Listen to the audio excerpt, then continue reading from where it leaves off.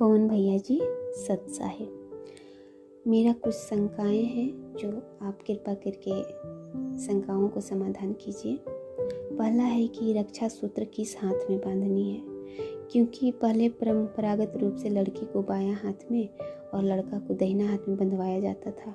इसमें गुरु जी का क्या आदेश है। दूसरा है कि घर में शादी है और सभी अनुपदेशी हैं, तो क्या कपड़ा खरीदने में हम सहयोग दे सकते हैं। तीसरा है कि ऑनलाइन नाम दीक्षा अप्रैल 2020 में लिए थे, जो सतनाम मिल गया है, तो इसमें शंका समाधान कीजिए कि प्रथम मंत्र और सतनाम दोनों मिक्सिंग जाप कर सकते हैं। मिक्सिंग जाप का मतलब है कि जैसे 20 मंत्र 10-20 मंत्र प्रथम मंत्र कर लिए, फिर सतनाम भी कर लिए, फिर टाइम मिला तो प्रथम मंत्र कर लिए, फिर सतनाम कर लिए। ऐसा क्या कर सकते हैं, या फिर प्रथम मंत्र 108 बार पूरा करके ही सतनाम करना है। और चौथा है कि क्या जीन्स पहन सकते हैं।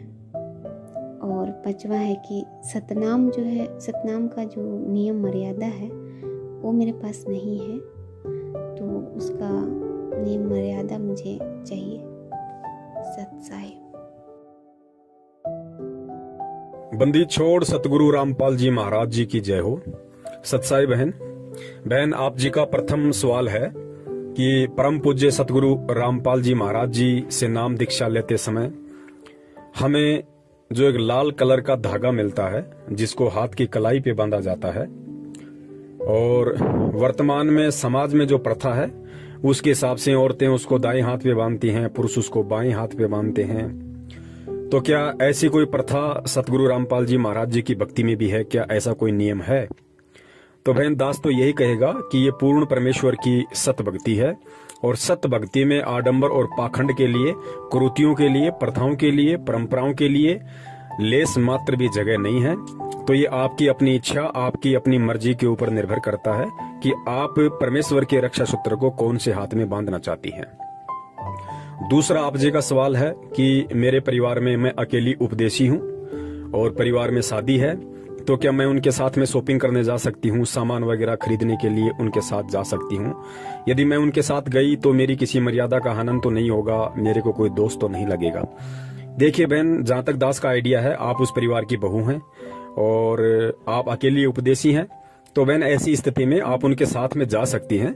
मार्केट में, बाजार में कोई भी चीज खरीदने के लिए, शॉपिंग के लिए आप जी अपनी सास के साथ में, अपने पति के साथ में, ननद के साथ में, देवरानी जेठानी के साथ में आप जी जा सकती हैं। जाने में किसी प्रकार का कोई दोष नहीं है, लेकिन ध्यान इतना रखना कि वो दुल्हा या दुल्हन के लिए जो भी ड्रेस खरीदें, जो भी वो लोग ज्वेलरी खरीदें, आप उसमें अपनी सहमति मत देना। आप अपनी इच्छा मत बताना कि जी ये वाला अच्छा नहीं है, ये वाला ले लो।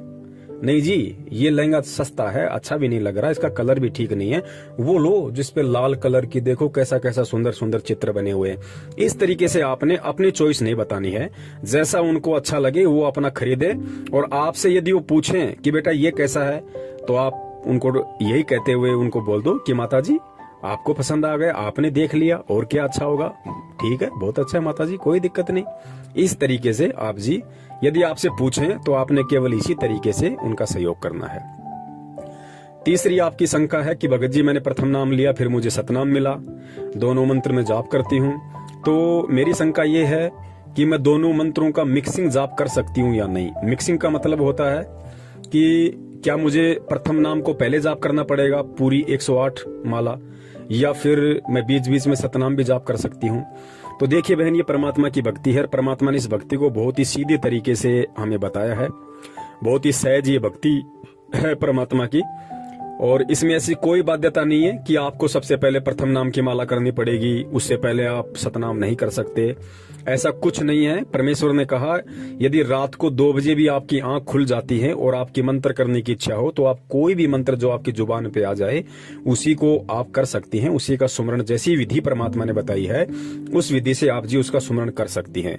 मान लीजिए आप सुबह उठते ही आपने सतनाम के 4 मंत्र कर दिए, उसके बाद आपको कोई काम याद आ गया, आप अपनी रसोई में चली गई, वहां मान लीजिए आपको प्रथम मंत्र की आपको याद आ गई, आप जितने मर्जी 2, 4, 5, 10 जितने मंत्र कर सकती हो आप प्रथम मंत्र के कर लीजिए। फिर मान लीजिए आपका ध्यान हट गया, फिर आपको 2 मिनट बाद में सतनाम याद आ गया, आप सतनाम के सुमरन कर लीजिए, 2, 4, 5, 10 जितना भी आप करना चाहो। ऐसी कोई बाध्यता इस भक्ति मार्ग में नहीं है, बहुत ही सहज मार्ग है, बस मंत्र होने चाहिए हमारे, ये गुरुदेव ने बताया। तीसरा आपका सवाल है कि भगत जी क्या हम जीन्स वगैरह पहन सकते हैं? तो बहन देखिए, जीन्स को लेकर आजकल सतलोक आश्रम मैनेजमेंट हरियाणा की तरफ से भी एक पीला पर्चा आया हुआ है और संगत में से काफी भगत भाई बहनों ने अपनी अपनी प्रतिक्रिया भी दी है। कुछ ने सही बताया, कुछ ने उसको गलत बताया। गलत बताने के पीछे का रीजन उनका ये था कि कुछ लोगों ने सतलोक आश्रम मैनेजमेंट हरियाणा के शंका समाधान वाले नंबरों पे फोन किया और उनसे पूछा, क्योंकि देखिए ये परमात्मा की भक्ति है और परमात्मा ने लाखों की संख्या में सत्संग कर रखे हैं और जो भी भगत इस परमात्मा से जुड़ता है वो एकदम से सारे सत्संग नहीं सुन सकता है, इसलिए शंकाएं होना जाहिर सी बात है।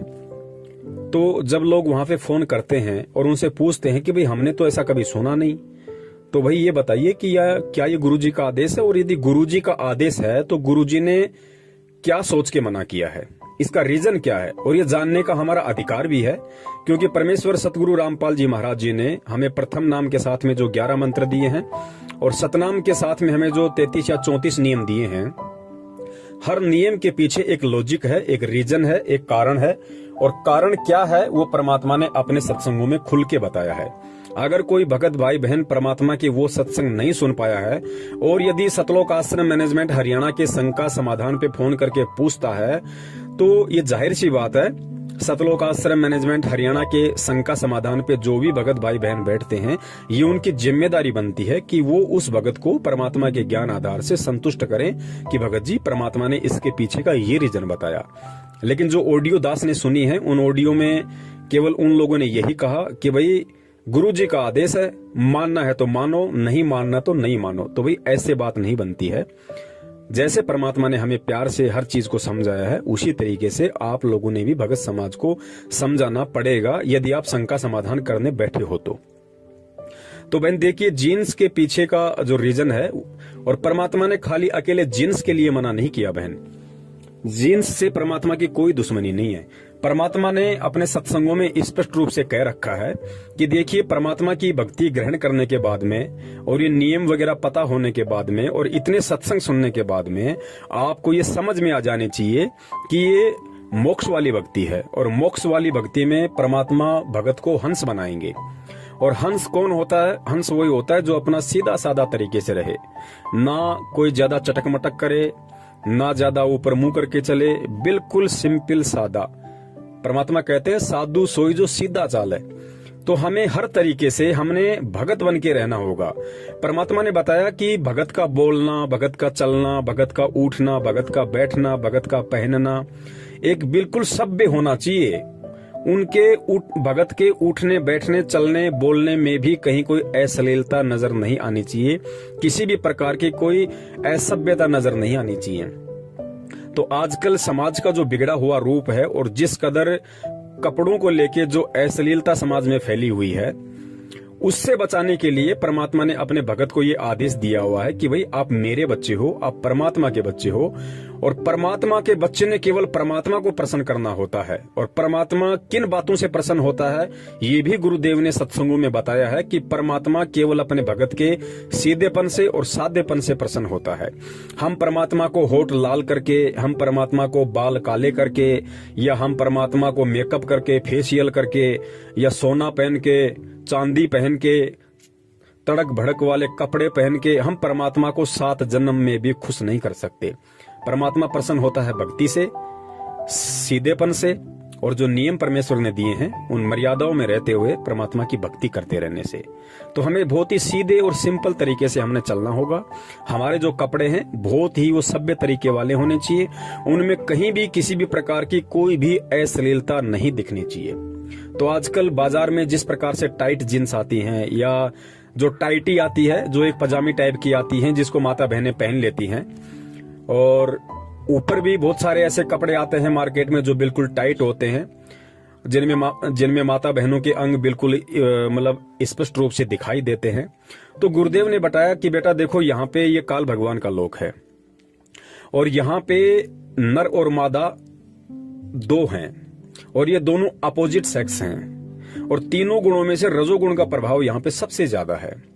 तो परमेश्वर ने बताया कि देखो, यदि आप इस तरह के कपड़े पहनोगी जो आपके अंगों का प्रदर्शन करे, एक अश्लीलता दर्शाए, तो सामने वाला व्यक्ति जो भी आपको देखेगा उस व्यक्ति के मन में हलचल शुरू होगी, क्योंकि काल का लोक है। पांचों विकार यहाँ पे सबके अंदर है, चाहे भगत हो चाहे जगत हो। एक परमेश्वर सतगुरु रामपाल जी महाराज जी को छोड़ के इन पांचों विकारों से, तीनों गुणों से कोई भी व्यक्ति यहाँ पे अछूता नहीं है, चाहे वो उनकी 20 साल से भक्ति कर रहा हो चाहे 50 साल से भक्ति कर रहा हो।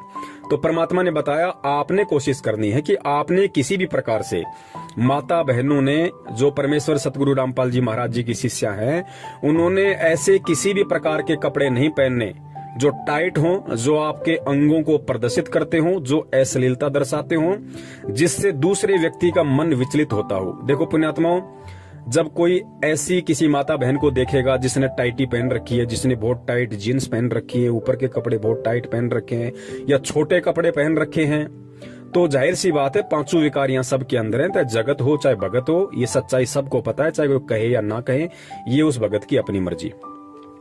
तो सामने वाला उन चीजों को देखेगा, ऐसे कपड़ों में जब हमारी माता बहनों को कोई देखेगा जो परमेश्वर की भगत हैं, तो बहन सामने वाले व्यक्ति के मन में उन तीनों गुणों का प्रभाव, पांचों विकारों का प्रभाव तुरंत हो जाता है। तो सोचिए, जब वो भगत परमात्मा की बेटी को देख के, पुण्यात्मा ध्यान देना, जो हमारी माता बहनें हैं, यदि हमारी माता बहनें जो सतगुरु रामपाल जी महाराज जी की शरण में आ गई और उसके बाद यदि वो इस तरह के कपड़े पहन के मार्केट में, बाजार में जाती हैं या अपने घर पे पहनती हैं, तो जाहिर सी बात है जब वो बाजार में जाएंगी या कहीं भी जाएंगी और कोई भी व्यक्ति जब उनको उन कपड़ों में देखेगा, तो पुण्यात्मा यहाँ पे सभी तो दूध के धुले हुए हैं नहीं। 99% लोग यहाँ पे पांचों विकारों से ग्रसित हैं। अगर किसी पे थोड़ा बहुत प्रभाव कम है तो वो 1% है, और 1% में कौन आता है? जो बेचारे 60-70 साल की उम्र को ज्यादा पार कर गए हों। बाकी यहाँ सबके अंदर विकार है। तो हमारी माता बहन को जब सामने वाला व्यक्ति उन छोटे छोटे कपड़ों में या उन टाइट कपड़ों में या अश्लीलता दर्शाते हुए उन वस्त्रों में देखेगा, तो जाहिर सी बात है तीनों गुण का प्रभाव उसके अंदर होता है। तो रजोगुण का जैसे उसमें प्रभाव हुआ, वो आपके प्रति गलत सोचेगा, उसकी नजर आपके ऊपर जाते ही गलत विचार पैदा करेगी। तो बहन, उसके अंदर जो गलत विचार पैदा हुए और गलत विचार पैदा होने से उसके कर्म बिगड़ना शुरू हुए, तो उसके कर्म किसके कारण बिगड़ना शुरू हुए? उसके कर्म उस औरत या उस बहन बेटी के कारण बिगड़ना शुरू हुए जिसने छोटे कपड़े पहन रखे हैं। परमात्मा का ज्ञान लेने के बाद भी, परमात्मा की समझ होने के बाद भी, जिसने छोटे कपड़े पहन रखे हैं, जिसने टाइट कपड़े पहन रखे हैं, या जिसने ऐसे तड़क भड़क वाले, अश्लीलता दर्शाने वाले कपड़े पहन रखे हैं जो सामने वाले को थोड़ा बहुत विचलित करता है, तो बहन वहां पे हम भी दोषी हो जाएंगे। क्योंकि उसके यदि कर्म बिगड़ने शुरू हो रहे हैं, या वो यदि विचलित हो रहा है, या उसके अंदर यदि काम वासना का कीड़ा दौड़ रहा है, तो बहन वो हमारे को देख के दौड़ रहा है, तो हम भी उसमें उतने ही भागीदार हो जाएंगे।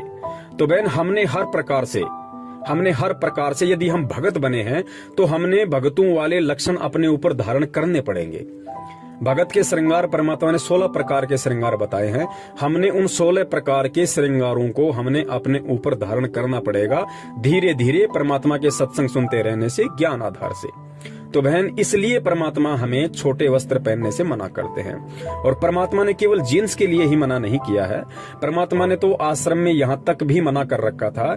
जैसे बहुत सारी माता बहनें हैं अपना जो इस सलवार सूट वगैरह पहनती हैं, तो ऊपर का जो पहनती हैं, क्या नाम है उसका, सूट, जो ऊपर का जो सूट होता है, बहुत सारी माता बहनों का जो सूट है वो इतना छोटा होता है कि कोहनी से ऊपर तक होता है। जैसे भाई लोग, जैसे बहुत सारे लोग आप देखते होंगे जो ये टी शर्ट वगैरह पहनते हैं, तो टी शर्ट का बाजू कितनी होती है, मतलब कोहनी से ऊपर तक होती है। तो जिन माता बहनों का ऊपर का जो सूट होता है वो कोहनी से ऊपर होता था, परमात्मा उसको भी धमका दिया करते थे कि बेटा अच्छे कपड़े पहनो, पूरे कपड़े पहनो, कोहनी के नीचे तक होना चाहिए आपका बाजू, वो किसी भी प्रकार का मतलब अश्लीलता ना दर्शाए। अपने सत्संगों में भी कई बार परमात्मा ने जिक्र किया है कि माता बहनों की जो बाजू होती है वो कोहनी से नीचे होनी चाहिए और बिल्कुल ढीली ढाली होनी चाहिए, टाइट नहीं होनी चाहिए। हमारी जो माता बहनें हैं, दास उनसे यही अपील करेगा, दास उनसे यही विनती करेगा कि आगे से हम ध्यान रखें। तो विशेषकर यदि हम घर से बाहर निकलते हैं तो हम बिल्कुल सीधे साधे, ढीले ढाले और एक सभ्य औरत को दर्शाने वाले कपड़े हम पहने। तो बहन इसलिए परमात्मा मना करते हैं। और यहाँ सतलोक आश्रम मैनेजमेंट हरियाणा ने इस आदेश को, जो आदेश परमात्मा सन 1994 से देते हुए आ रहे हैं, उस आदेश को इन्होंने पीले पर्चे में डाल के संगत को ये दर्शाया कि गुरुजी ने जेल से ये आदेश दिया है। क्योंकि जब तक ये लोग दिन में 1-2 पीले पर्चे नहीं डाल दें तब तक रात को ना तो ढंग से इनको खाना खाया जाता है, ना इनको ढंग से नींद आती है, क्योंकि ये इनकी मजबूरी हो गई। इन लोगों को आदत पड़ गई कि हमने 1 या 2 पीले पर्चे जबरदस्ती अड़ंग बड़ंग करके हमने संगत में डालने। तो इन्होंने ऐसा आदेश पारित करके भेजा है, गुरु जी का आदेश आया है माता बहनों ने टाइट जींस नहीं पहननी है।